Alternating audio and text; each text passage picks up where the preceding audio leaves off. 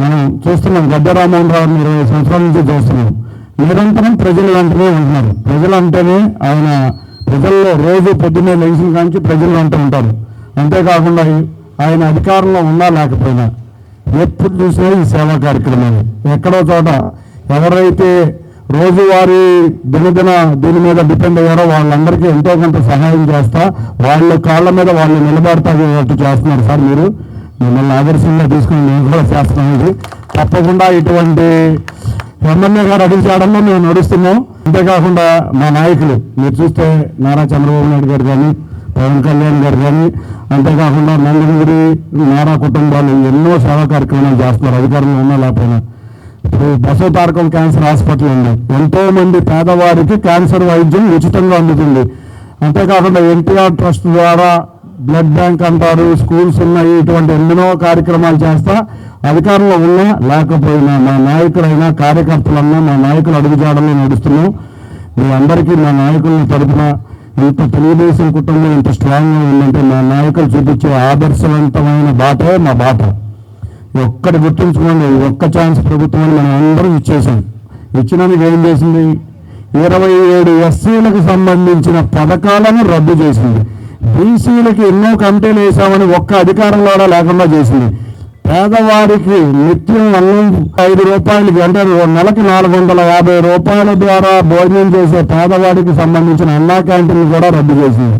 ఇవాళ ఏ హాస్పిటల్కి వెళ్ళినా ఆరోగ్యశ్రీ కార్డు తీసుకోవట్లేదు. మీరు చూస్తే నిత్యం సతమతం అవుతున్నారు. మీరు గుర్తుంచుకోండి, ఏదో చిన్న చిన్న ప్రలోభాలు పెట్టి ఎలక్షన్ సమయంలో వస్తారు, ప్రలోభాలు పెడతారు. కుల మతాలకు అతీతంగా మనం బిహేవ్ చేయాలి. మీరు గుర్తుంచుకోండి, మన నాయకుడు అంబేద్కర్ గారి విగ్రహం పెట్టారు, చాలా ఆనందకరమైన విషయమే. కానీ ఒక్కటి గుర్తుంచుకోండి, అదే దళితుడైన కోడికత్తి శ్రీను గత 4.5 సంవత్సరాల నుంచి జైల్లో మగ్గి ఉన్నారు. మీరు కోర్టుకు వెళ్ళి ఒక్క సాక్ష్యం ఇస్తే ఆ దళితుడు బయటకు వస్తాడు. మీరు సాక్ష్యం ఇవ్వడానికి కూడా ఇష్టం లేదంటే మీరు ఎంత దళిత దేశం మీరు అర్థం చేసుకోండి. అంతేకాకుండా తన డ్రైవర్ దళితుడిని చంపిన వ్యక్తిని నువ్వు ఎమ్మెల్సీని పక్కన పెట్టి తిరుగుతున్నావు. ఒక దళితుడైన డాక్టర్ సుధాకర్ని హత్య చేసిన వాళ్ళని కూడా మీరు పక్కన పెడుతున్నారు. మీరు అత్యంత ధనికమైన ముఖ్యమంత్రి, దేశంలోనే మీ అంత ధనికమైన ముఖ్యమంత్రి లేరు.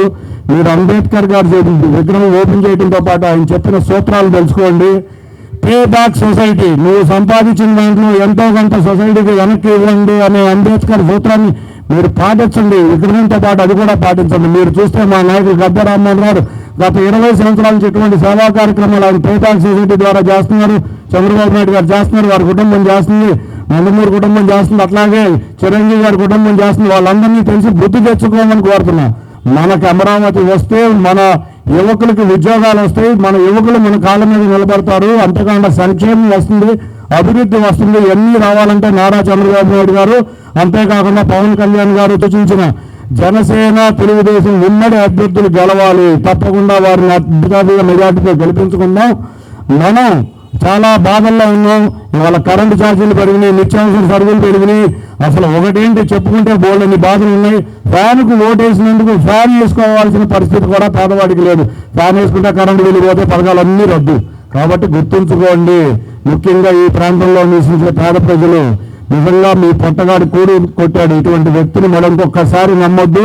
మన గద్దె రామ్మోహన్ రావు గారిని, అంతేకాకుండా పార్లమెంట్ ఎవరైతే అభ్యర్థి ఉన్నారో వారిని గట్టిగా ఘన విజయం సాధించి 7 నియోజకవర్గాల్లో తెలుగుదేశం అభ్యర్థులు గెలవాలని కోరుకుంటూ నాకు ఈ అవకాశం ఇచ్చిన ప్రతి ఒక్కరికి పేరు పేరున ధన్యవాదాలు తెలియజేస్తుంటూ జై తెలుగుదేశం, జై జన్మభూమి, జై చంద్రబాబు.